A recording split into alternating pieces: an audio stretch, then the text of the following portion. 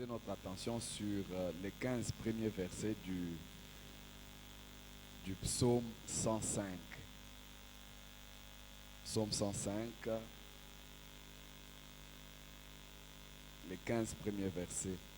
Le psalmiste dit ceci: Louez l'Éternel, invoquez son nom, faites connaître parmi les peuples ses hauts faits. Chantez, chantez en son honneur, parlez de toutes ses merveilles. Glorifiez-vous de son saint nom, que le cœur de ceux qui cherchent l'Éternel se réjouisse. Ayez recours à l'Éternel et à son appui. Cherchez continuellement sa face. Souvenez-vous des prodiges qu'il a faits, de ses miracles et des jugements de sa bouche. Postérité d'Abraham, son serviteur, enfant de Jacob, ses élus. L'Éternel est notre Dieu.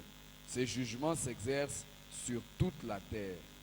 Il se rappelle à toujours son alliance, ses promesses pour 1000 générations. L'alliance qu'il a traitée avec Abraham et le serment qu'il a fait avec Isaac, il l'a érigé pour Jacob en loi, pour Israël en alliance éternelle, disant: Je te donnerai le pays des Canaan comme héritage qui vous est échu. Il était alors peu nombreux, très peu nombreux et étrangers dans le pays.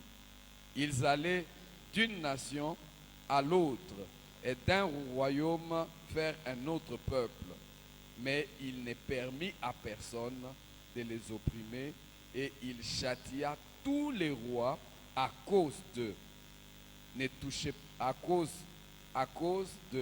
ne touchez pas à mes oins et ne faites pas de mal à mes prophètes. Amen. Le psalmiste est en train de nous encourager et c'est à cela que je suis tenu de faire ce matin. Il nous appelle à louer l'Éternel, il nous appelle à célébrer Dieu, à le glorifier. Pourquoi? Parce que il est digne non seulement de louange, il mérite notre louange. Il mérite que l'on soit en train de le célébrer, que l'on dise tout haut ce que Dieu est et ce qu'il fait pour nous. Et il dit, ne vous limitez pas seulement à le louer, mais l'Éternel, il est aussi bien quand vous l'invoquez. Voilà pourquoi louer l'Éternel, mais aussi invoquer son saint nom. Un peu comme pour dire, le temps est là pour le louer, mais n'oubliez pas et ne perdez pas de vue qu'il est toujours nécessaire et important de l'invoquer. La Bible dit, et le Seigneur lui-même dit, que vous me chercherez, vous trouverez, vous m'invoquerez et je répondrai. N'est-ce pas? Et Jérémie, lui, il dit par la bouche de l'Éternel, invoque-moi, je te répondrai. Je t'annoncerai de grandes choses, de choses que tu ne connais point. Alors, nous devons le louer, mais en même temps, nous ne devons pas perdre de vue que constamment, Dieu lui-même demande que l'on soit en train de l'invoquer lorsque nous en avons besoin. Il dit invoquez son saint nom. Faites connaître parmi les peuples ses hauts faits. Quand Dieu agit dans nos vies, nous devons faire connaître ses hauts faits parmi les peuples, parmi ceux qui sont autour de nous. Et là encore, nous allons rappeler qu'il est très très important. Dieu attend de nous que nous soyons en train de dire aux autres ce qu'il est, de dire aux autres ce qu'il fait et ce qu'il peut faire. Dire aux autres combien Dieu est amour, combien Dieu peut sauver, combien Dieu veut sauver et veut délivrer. Chantez, chantez en son honneur. Parlez de toutes ces merveilles. Dites aux autres. Et ce matin déjà, avec notre équipe d'évangélisation, nous serons en train d'aller dire aux autres les merveilles, dire aux autres combien Dieu les aime. Donc n'oublions pas que dans notre vie, il y a l'aspect de louange que Dieu voudrait que l'on mette à vue. Il y a l'aspect de la prière en invoquant continuellement, mais il y a aussi l'aspect de dire ces merveilles aux autres, que l'on puisse continuellement annoncer la parole de Dieu. Et ce matin, j'aimerais encourager quelqu'un pour dire, ceci doit être notre mode de vie. Louer Dieu, prier, chercher Dieu, mais également annoncer les merveilles de Dieu. Pourquoi? Parce que ça, c'est ce que Dieu attend de nous. Lorsqu'il nous voit, il voudrait que l'on soit reconnaissant. Il voudrait qu'on soit en train de lui dire merci. Mais en même temps, il sait que nous avons des besoins. Il veut que l'on soit continuellement en train de le prier et de chercher sa face. Jésus-Christ pouvait le dire, cherchez, vous verrez. Demandez, l'on vous donnera. Frappez et l'on vous ouvrira. Donc, ces choses doivent être le mode de vie continuel des enfants de Dieu. Ceux qui louent le Seigneur, qui reconnaissent les hauts faits de Dieu, les bienfaits de Dieu, ceux qui invoquent Dieu, qui appellent Dieu à leur secours, qui dépendent de Dieu, qui montrent leur attachement et leur dépendance à Dieu en invoquant son nom, mais aussi ceux qui racontent, ceux qui disent les merveilles de Dieu, ceux qui annoncent les merveilles de Dieu aux autres, dire aux autres combien Dieu est grand, combien Dieu est capable de faire, combien Dieu sait faire des choses. Alors, nous devons parler de toutes ces merveilles de Dieu. Dieu nous a sauvés, Dieu nous fait du bien, Dieu nous visite chaque jour. Nous ne devons pas le garder pour nous-mêmes, nous devons les partager aux autres. Telle est la vie que Dieu est en train de vouloir pour nous. Et ce matin, nous voulons dire à Dieu, nous ne manquerons pas de te louer constamment. Qu'il pleuve, qu'il neige, nous serons en train de louer ton saint nom. Qu'il pleuve, qu'il neige, nous serons en train de te célébrer. Nous voulons être très reconnaissants vis-à-vis de notre Dieu. Alors glorifiez-vous de son saint nom. Que le cœur de ceux qui cherchent l'Éternel se réjouisse. Alléluia. Nous qui sommes habitués maintenant à chercher l'Éternel chaque matin, que nos cœurs se réjouissent. Que nos cœurs se réjouissent. Et le psalmiste nous encourage, il dit, ayez recours à l'Éternel et à son appui. Cherchez continuellement sa face. Alléluia. Ne nous relâchons pas. C'est vrai que des fois le corps peut être emprunt à la fatigue, le corps demande, mais il dit, réjouissez-vous, n'est-ce pas? Ceux qui cherchent l'Éternel se réjouissent. Pourquoi ils se réjouissent? Il le dira plus tard. Mais il dit, vous ayez toujours recours à l'Éternel et à son appui. Cherchez continuellement sa face. Donc, un peu comme pour dire, il ne faudra pas qu'il y ait un temps où vous vous relâchez. Continuellement, cherchons la face de Dieu parce qu'il est celui à qui nous devons recourir et sur qui nous devons nous appuyer. Souvenez-vous, nous devons chercher continuellement sa face parce que souvenez-vous des prodiges qu'il a fait. Il a fait de grandes choses depuis Abraham jusqu'à ce qu'il installe Israël dans sa terre promise. Dieu a continuellement fait de grandes choses et il a fait des miracles et des jugements de sa bouche. Il les a exécutés. Et c'est comme ça qu'il encourage la postérité d'Abraham en disant, postérité d'Abraham, son serviteur, enfant de Jacob, ses élus. Nous sommes la postérité d'Abraham en Jésus-Christ. Nous sommes les élus de Dieu. Il dit, l'Éternel est notre Dieu.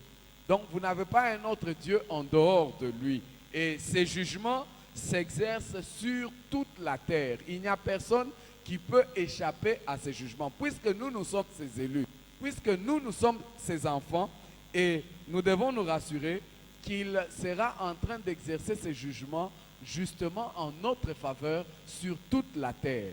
Alors, sur toute la terre, c'est toute la terre, que ce soit au nord, que ce soit au sud. Il se rappelle à toujours son alliance, ses promesses pour 1000 générations. L'alliance qu'il avait faite avec Abraham, Dieu se rappelle toujours de son alliance. Il ne peut jamais l'oublier, même en un seul instant. Puisque nous sommes de la postérité d'Abraham, l'alliance que Dieu avait faite avec Abraham est nôtre. Et Dieu sera toujours en train de se le rappeler. Et ces promesses vont jusqu'à 1000 générations. Si il a fait des promesses dans notre vie, ces promesses vont s'étaler jusqu'à 1000 générations après nous. Et l'alliance qu'il a traitée avec Abraham et le serment qu'il a fait avec Isaac, il a érigé pour Jacob en loi, pour Israël en alliance éternelle. Donc cette alliance qu'il a faite ne s'arrêtera plus. C'est une alliance éternelle, une alliance que nous bénéficierons, une alliance que nos enfants bénéficieront, les enfants de nos enfants. Pourquoi? Parce qu'il a érigé en loi. Ça ne peut plus changer parce qu'il veut que tous ceux qui viennent à Christ bénéficient de cette alliance en disant: je te donnerai le pays de Canaan comme héritage qui vous est échu.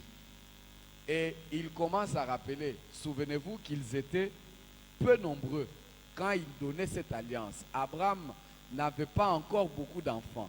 Isaac n'en a eu que 2. Et Jacob en a eu 12 et 13, et une fille et 12 garçons. Et de ces 12, il y a eu une 80aine de personnes qui formaient Israël. Et ils étaient peu nombreux, très peu nombreux, et ils étaient aussi étrangers. Ils se promenaient d'un pays à un autre. Quand la famine battait ici, mais la Bible dit, ils allaient d'une nation à l'autre, d'un royaume vers un autre peuple. Mais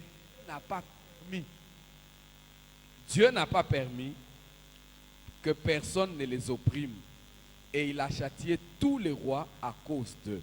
Ce matin, j'aimerais rappeler à quelqu'un, à cause de l'alliance de Dieu, Dieu ne permettra pas que quelqu'un nous opprime.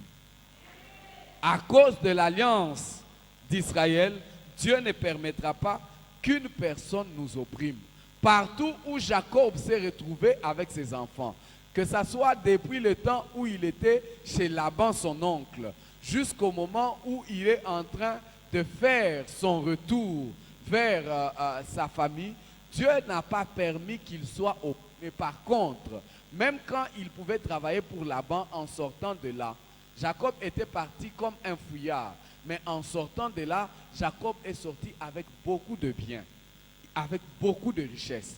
Parce que Dieu s'est souvenu de l'alliance qu'il avait faite à Abraham. Il s'est souvenu du serment qu'il avait prêté pour Isaac.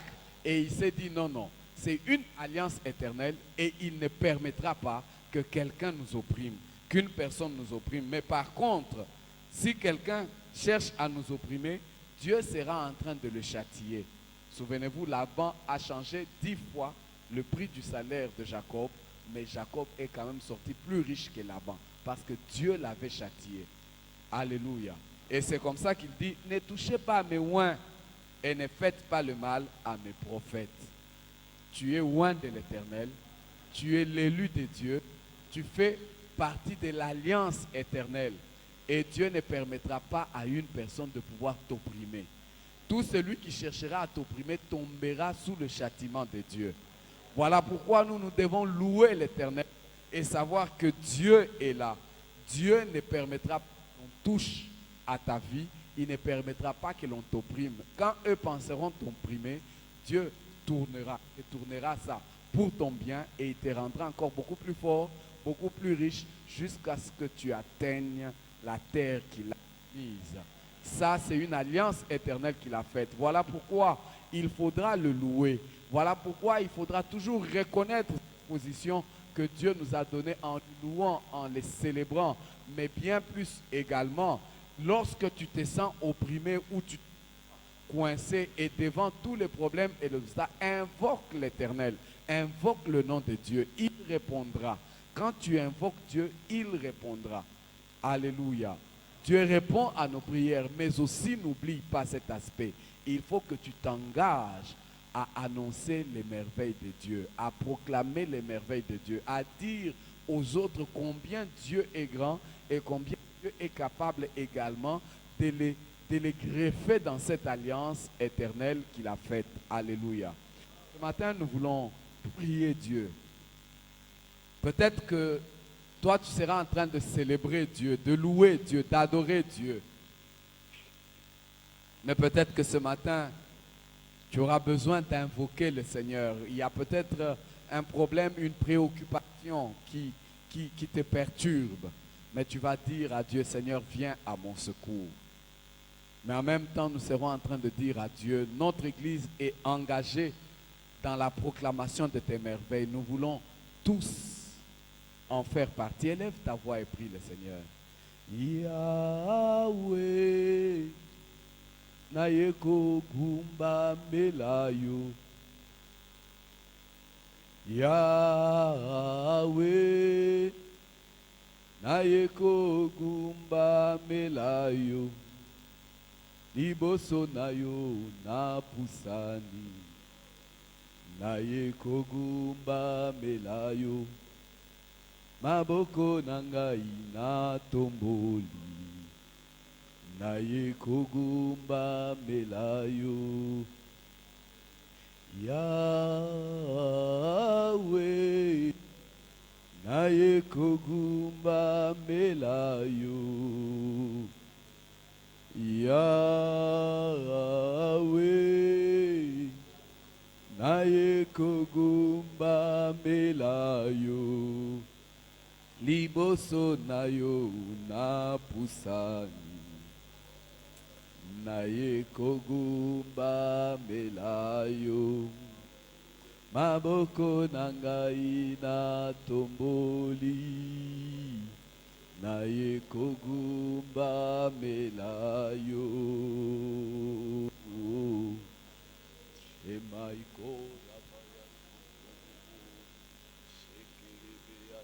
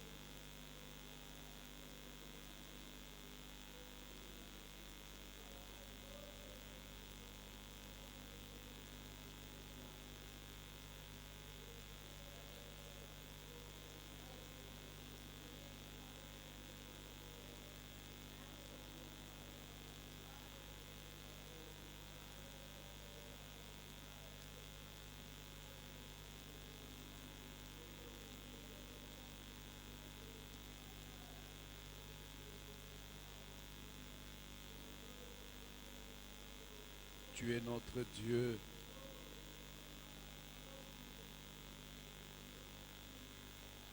Et nous recourons à toi ce matin, notre appui, c'est toi. Nous cherchons ta face, éternel Dieu vivant.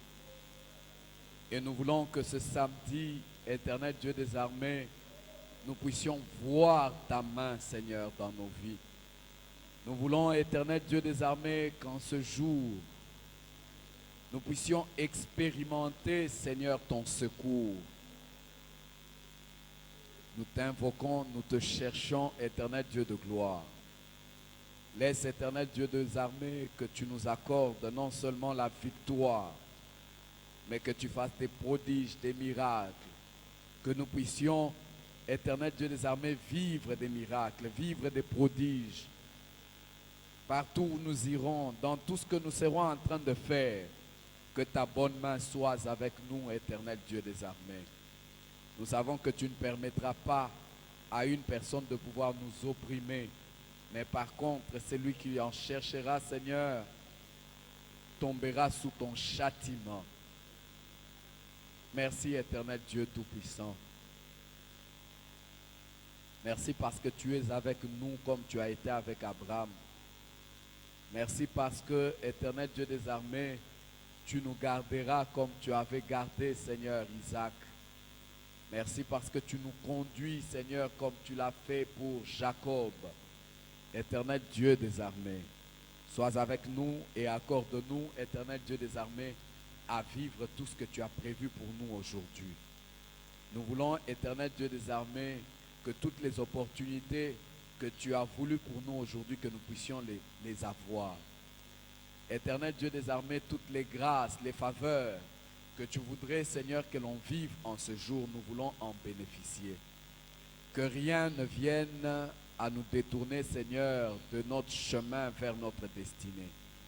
Nous voulons, éternel Dieu de gloire, que ce samedi, nous puissions avoir tout ce que toi tu avais prévu pour nous en bien. Et tout ce que le diable, éternel Dieu des armées, a planifié pour nous faire du mal, nous les faisons échouer au nom de Jésus.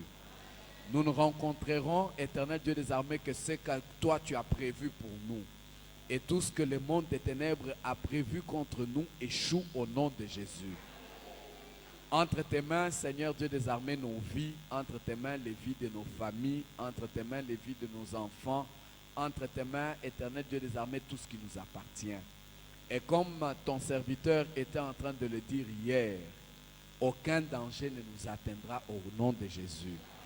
Que 1000 tombent à nos côtés, que 10 000 tombent à notre droite, nous ne serons jamais atteints. Parce qu'éternel Dieu des armées, nous recourons à toi afin que tu nous mettes au large de tout danger. Sois avec nous, Seigneur, et bénis toutes les activités que nous avons aujourd'hui. Bénis ton Église. Au nom de Jésus, nous t'avons ainsi prié. Amen.